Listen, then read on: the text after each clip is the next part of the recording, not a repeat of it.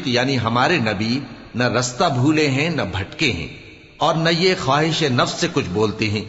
یہ قرآن تو ایک وحی ہے جو ان کی طرف بھیجی جاتی ہے، ان کو نہایت قوت والے نے سکھایا، یعنی جبرائیل نے جو طاقتور ہیں۔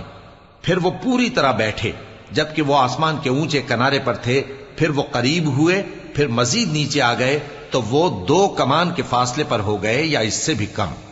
پھر اللہ نے اپنے بندے کی طرف جو حکم بھیجا سو بھیجا۔ جو کچھ انہوں نے دیکھا ان کے دل نے اس کو جھوٹ نہ جانا۔ کیا جو کچھ وہ دیکھتے ہیں تم اس میں ان سے جھگڑتے ہو؟ اور انہوں نے اس کو یعنی جبرائیل کو ایک اور بار بھی اترتے دیکھا ہے سدرۃ المنتہا کے پاس۔ اسی کے پاس ہمیشہ رہنے کی بہشت ہے، جبکہ اس بیری پر چھا رہا تھا جو چھا رہا تھا۔ ان کی آنکھ نہ تو اور طرف مائل ہوئی اور نہ حد سے آگے بڑھی۔ انہوں نے اپنے پروردگار کی قدرت کی بہت ہی بڑی بڑی نشانیاں دیکھی۔ بھلا تم لوگوں نے لات اور